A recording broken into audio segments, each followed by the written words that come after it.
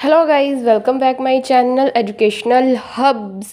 आज का हमारा जो टॉपिक होगा वो होने वाला है important questions of cost accounting. Because जो भी हमारे बीकॉम में मेन चैप्टर्स होते हैं like management accounting, financial accounting, entrepreneurship, business law और अनदर जो भी एक दो है, तो उनके जो हमने इम्पॉर्टेंट क्वेश्चन थे वो लास्ट वीडियो में डिस्कस कर लिए थे। और ये जो हमारा टॉपिक है कॉस्ट अकाउंटिंग वाला, ये बच गया था।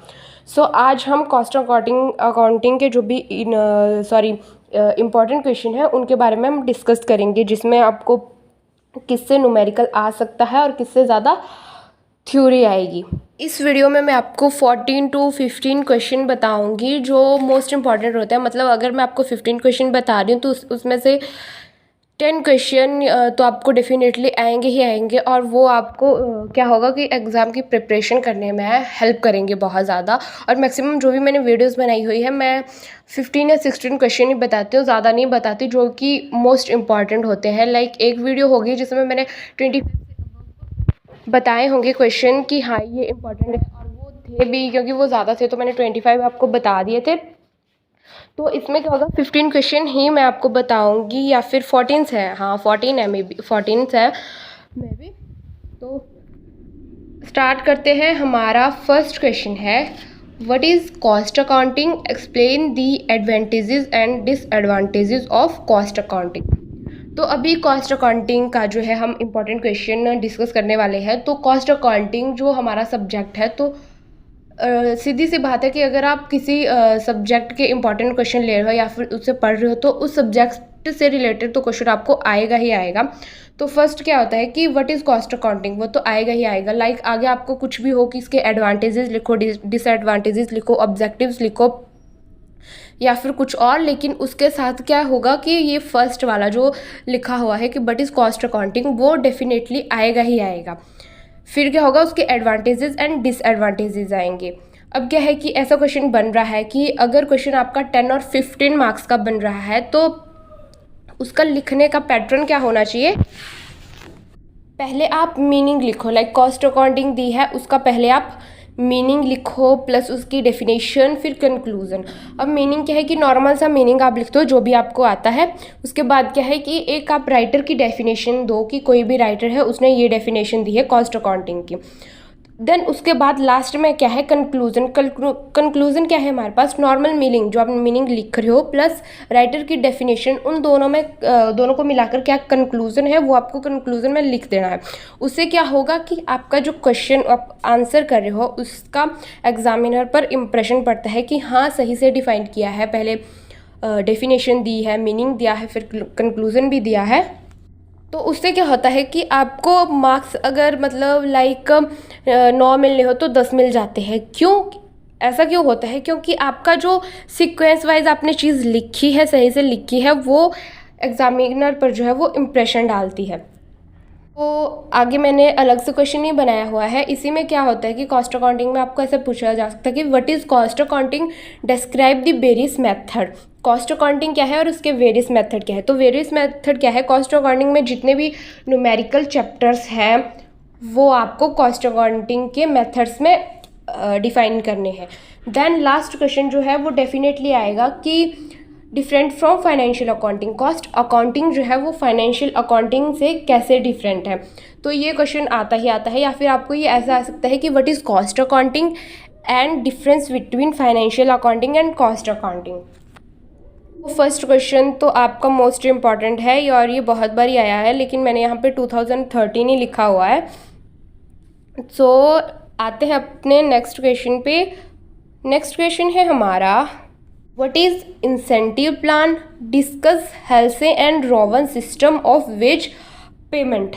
इंसेंटिव प्लान क्या है वो आपको डिफाइन करना है। लाइक जैसे मैंने ऊपर बताया आपको मीनिंग, डेफिनेशन, तो वैसे आपको ये भी डिफाइन करना है। उसको क्या है, उसके बाद क्या है कि ये जो दोनों में ना बेसिक सा डिफरेंस है। बेसिक सा डिफरेंस क्या है, वो है बोनस का डिफरेंस। बोनस का फॉर्मूला दोनों में जो है वो डिफरेंस क्रिएट करता है। देन हमारा थर्ड क्वेश्चन है, what do you mean by break even analysis, explain its merits and demerits. ये क्वेश्चन भी जो है वो बहुत बारी आता है। और ब्रेक इवन एनालिसिस, अगर आपको एक्सप्लेनमेंट्स एंड डिमांड्स नहीं आएगा तो ब्रेक इवन एनालिसिस ज़रूर ही आएगा। मतलब इसमें आपको पहले पॉइंट्स जो भी एक्सप्लेनमेंट्स और डिमांड्स के पॉइंट्स है वो लिखने हैं, फिर उसके मोटे मोटे जो हेडिंग्स हैं आपको वो देने हैं, एंड देन लास्ट में आपको उनको एक्सप्लेन करना है ताकि आपका क्वेश्चन जो है वो 10 या 15 मार्क्स का कवर अप हो जाए।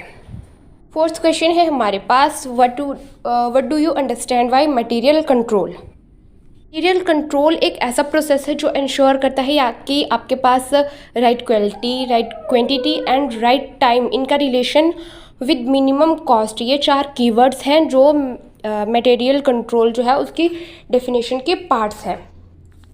अब आते हैं मटेरियल कंट्रोल के मेथड। मटेरियल कंट्रोल के मेथड क्या है? Like determination of stock levels, economic order, quantity, ABC analysis, inventory turnover ratio, VED analysis, input output ratio, ये सब क्या है कि मटेरियल कंट्रोल के मेथड्स हैं सारे। तो ये आपको डिफाइन करने हैं इस क्वेश्चन में, तब आपका 15 मार्क्स का जो क्वेश्चन है वो कवर अप हो जाएगा। फिफ्थ क्वेश्चन है हमारे पास, explain LIFO and FIFO method of material issue, discuss the effect of rising of prices and falling of prices by making imaginary proforma. ये क्वेश्चन जो है हमारा वो 2011, 13, 15, 16, 18, 20, 21 एंड 22 मैक्सिमम टाइम आया हुआ है। LIFO FIFO मेथड जो है वो हर बारी आता है, बीच में हो सकता है एक दो बारी स्किप कर गया हो कि एग्जामिनर ने नहीं डाला हो, नहीं तो आता ही आता है। और इसमें क्या है, आपको न्यूमेरिकल भी आता है, तो इसमें आपको न्यूमेरिकल थ्योरी दोनों ही पढ़ने पड़ेंगे। सो सिक्स्थ क्वेश्चन है हमारे पास, describe the element of cost. Cost के एलिमेंट कौन कौन से हैं? Like material cost, labour cost, overhead, direct cost, indirect cost, ये सब आपको लॉन्गली इसमें डिफाइन करने पड़ेंगे क्योंकि ये 5 है, तो इसमें आपको ज़्यादा मटेरियल जो है वो ऐड करना पड़ेगा ताकि आपका 10 या 15 मार्क्स का क्वेश्चन जो है वो पूरी तरह से कवर अप हो जाए। अगर आप ऐसे लिख रहे हो कि लाइक आपने लिख दिया एलिमेंट्स ऑफ कॉस्ट, उसकी थोड़ी सी मीनिंग वगैरह आपने लिख दिया और उसके बाद आप डायरेक्टली लिख रहे हो कि लेबर कॉस्ट ये है, मटेरियल कॉस्ट ये है, तो ऐसे क्या होगा कि थोड़ा इंप्रेशन कम पड़ता है। लेकिन अगर आप ऐसे लिखोगे कि लाइक एक डायग्राम बनाते हो, ऊपर लिखते हो एलिमेंट्स ऑफ कॉस्ट मोटे मोटे हेडिंग बना के, और नीचे स्टेप बाय स्टेप जो है एक डायग्राम में शो करते हो कि पहला है मटेरियल कॉस्ट, दूसरा लेबर कॉस्ट, फिर ओवरहेड, डायरेक्ट, इनडायरेक्ट, तो इससे क्या होगा कि इंप्रेशन ज़्यादा पड़ता है और एग्जामिनर जो है वो उसको सामने देख सकता है कि हाँ ये 5 हैं, इसने 5 लिखे होंगे तो इसको आते भी होंगे, तो उसमें आपके मार्क्स इंक्रीज़ होने के ज़्यादा चांसेस है, तो आप वैसे उसको लिखो। सो ऑफ कॉस्ट 2010 में अभी आया है 11, 13, 17, 19, 21 मैक्सिमम टाइम में क्वेश्चन आया हुआ है। देन 7th क्वेश्चन है हमारे पास, what is actual overhead, how is it calculated. Actual overhead क्या है वो आपको डिफाइन करना है और उसे कैलकुलेट कैसे करते हैं हम वो आपको डिफाइन करना है। हाउ इज़ इट कैलकुलेटेड, इसके लिए आपको एक परफेक्ट एग्जाम्पल देना पड़ेगा जिससे कि एग्जामिनर समझ सके कि आपने इसको डिफाइन किया है ढंग से। देन 8th क्वेश्चन है हमारे पास, difference between direct expenses and indirect expenses, what type of expenses are including in former. तो डायरेक्ट एक्सपेंसेस और इनडायरेक्ट एक्सपेंसेस में आपको पहले एक जो है वो डिफरेंस क्रिएट करना है, फिर उसके टाइप्स लिखने हैं। सो हमारे पास 9th क्वेश्चन है, what is machine hour rate, how is it determined, give a specimen computation. Machine hour rate क्या है वो आपको डिफाइन करना है। MHR मशीन आवर रेट क्या है कि इसमें हमारे 2 ओवरहेड होते हैं, स्टैंडिंग ओवरहेड और वेरिएबल ओवरहेड। स्टैंडिंग ओवरहेड में आपके फिक्स्ड चार्जेस और वेरिएबल ओवरहेड में आपके 4 मेन थिंग्स आती हैं, like station, repair, power, stream, ये 4 पॉइंट्स आपको डेफिनेटली आने ही आने चाहिए। और फिक्स्ड चार्जेस में स्टैंडिंग ओवरहेड में क्या है, like rent, cost of machine, वो आते हैं। MHR मशीन हावर रेट, इसे आप एग्जाम्पल के थ्रू बहुत अच्छे से डिफाइन कर सकते हो, दिखा सकते हो। तो हमारा 10th क्वेश्चन है, define contract account, what are the different method of profit on incomplete contract. Define करना है contract accounting, meaning, definition, conclusion, फिर आपको इसके डिफरेंट मेथड लिखने हैं, कैलकुलेटिंग प्रॉफिट के डिफरेंट मेथड लिखने हैं। 11th क्वेश्चन है हमारे पास, what is cost audit, give the specimen of cost audit report. Cost audit क्या है? कॉस्ट ऑडिट, जो भी कॉस्ट अकाउंट हम बनाते हैं उसका आंकेक्षण करने से मतलब है। आंकेक्षण का मतलब, ऑडिट मीन्स कि किसी भी चीज़ को सही तरह से जांचना। लाइक एक एग्जांपल लेते हैं, आपने प्रोडक्शन का काम किया है, उस पे कितनी कॉस्ट आई है उसका रिकॉर्ड आपने रखा हुआ है, उसे चेक करना कि वो सही है या गलत है, मतलब उसे डीपली चेक करना, वेरीफाई डॉक्यूमेंट्स जो भी है उसे वेरीफाई करना, एक्यूरेसी देखी जाती है कॉस्ट ऑडिट में। लाइक आपकी कंपनी है, अपने काम करने के लिए एम्प्लॉयज़ रखे हुए हैं, तो उनके थ्रू जो कॉस्ट आ रही है वो सही है गलत है, उसे डीपली चेक करना, वेरीफाई करना, उसमें एक्यूरेसी देखना, that is cost audit. 12th question है हमारे पास, what is labour cost, explain the composition and control procedure of labour cost. Labour cost क्या है वो आपको इसमें डिफाइन करना है, like meaning, definition, conclusion, then आपको इसका प्रोसीजर जो है लेबर कॉस्ट का वो डिफाइन करना है। Labour cost representing the human contribution to production is an important cost of factor which requires constant.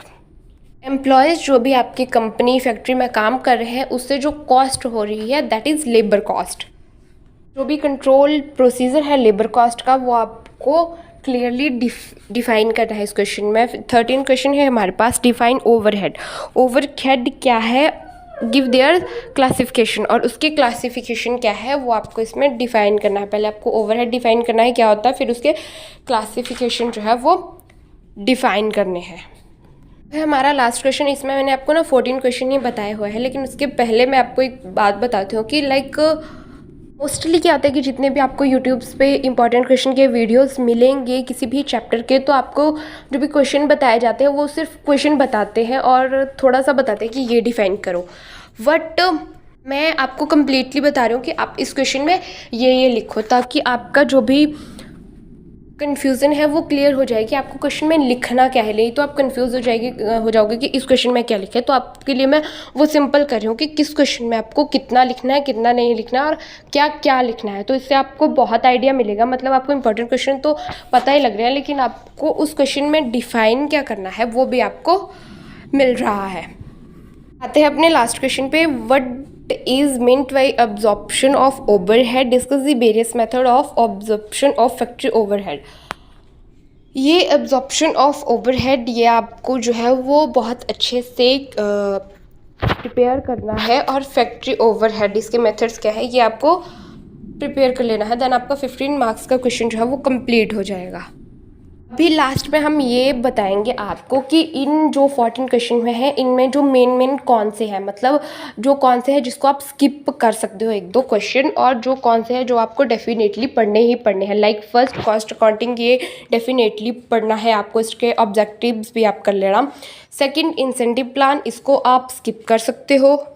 Given analysis, ये भी डेफिनेटली बहुत इंपॉर्टेंट क्वेश्चन है। मेंट्स एंड डीमेंट्स जो है आप इसको इग्नोर कर सकते हो, लेकिन ब्रेक इवन एनालिसिस क्या है ये आपको क्लियर होना चाहिए। मटेरियल कंट्रोल, इसके मेथड आपको ये भी आना चाहिए क्वेश्चन। फोर्थ भी इंपॉर्टेंट है। फिफ्थ लिफो फिफो मेथड भी इंपॉर्टेंट है, क्योंकि इसमें से थ्योरी न्यूमेरिकल दोनों ही आते हैं। ऑफ कॉस्ट, ये तो मोस्ट इम्पॉर्टेंट है, ये भी आपको पढ़ना ही है। मतलब इसमें आप सेकंड वाला स्किप कर सकते हो, और जो मेंट्स डिमेंट्स है ब्रेक इवन एनालिसिस के वो आप स्किप कर सकते हो। ओवरहेड आप स्किप कर सकते हो, नहीं तो आप चॉइस में ले लेना इसे, लेकिन जो मतलब ओवरहेड क्या है उसकी क्लासिफिकेशन है क्या है वो आपको डेफिनेटली करना है। 13th question. 8th क्वेश्चन भी आपको डेफिनेटली करना है, direct expenses and indirect expenses, क्योंकि ये भी बहुत इंपॉर्टेंट है। MHR मशीन हावर रेट, ये बहुत इंपॉर्टेंट है क्योंकि इस चैप्टर में से ना थ्योरी और न्यूमेरिकल दोनों का क्वेश्चन बनता है, तो ये आपको करना होगा। Define contract accounting, what are the different method of calculating. Contract accounting को आप चॉइस में ले सकते हो। बट कॉस्ट ऑडिट जो है वो आपको क्वेश्चन आना ही चाहिए। लेबर कॉस्ट वाला क्वेश्चन भी आपको आना चाहिए, और डिफाइन ओवरहेड और इसके क्लासिफिकेशन वो भी आपको क्लियर होना चाहिए। लास्ट वाला अब्जॉर्प्शन ऑफ ओवरहेड, ये भी आपको आना चाहिए। मतलब कि इसमें आपको सेकंड, 7th और 10th क्वेश्चन ये आप चॉइस में ले सकते हो, क्योंकि ये उतनी बारी नहीं आया है एग्ज़ाम्स में। तो ये आप देख सकते हो कि आपको इसको पढ़ना है कि नहीं पढ़ना है, लेकिन बाकी आपको पढ़ने ही पड़ेंगे, क्योंकि 60% जो एग्ज़ाम है वो इन्हीं सब में आता है, इन्हीं सब से आता है। और जो भी आपके मतलब मंथली टेस्ट होते हैं तो उनमें भी ये क्वेश्चन आएंगे ही आएंगे। तो ये थे कॉस्ट अकाउंटिंग के इंपॉर्टेंट क्वेश्चन जो कि हमने डिस्कस नहीं करे थे अब तक, तो आज हमने ये भी कंप्लीट कर लिए। ये थे हमारे कॉस्ट अकाउंटिंग के important question. I hope so आपको वीडियो पसंद आई होगी। चैनल को like, share, subscribe and most important bell icon ज़रूर प्रेस कर लें, ताकि जो भी मैं नेक्स्ट वीडियो लेके आऊँगी वो आपको पहले उसकी नोटिफिकेशन मिल जाए। So thank you so much and see you in the next video.